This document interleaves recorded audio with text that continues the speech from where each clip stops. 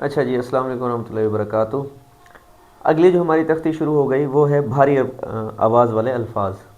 ठीक है, जैसे भारी से मुराद ये है कि जहाँ जिन हरूफ के साथ दो चश्मी हे लगाएंगे तो वो भारी उनको हम हरूफ कहते हैं। सही है।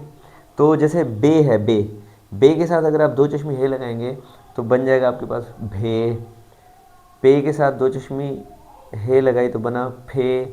ते के साथ दो चश्मी आपने हे लगा दी तो वो बन गया थे।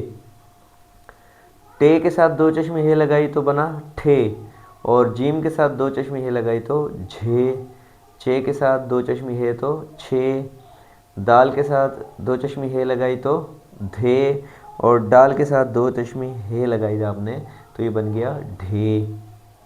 अच्छा, हमारे पास दो हरूफ रह गए थे, काफ और गाफ।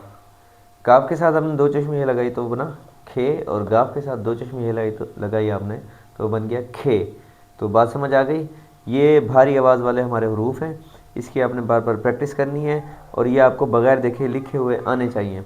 कब आएंगे, कैसे आएंगे, उसकी आप इमला देंगे तो आप सीखते चले जाएंगे।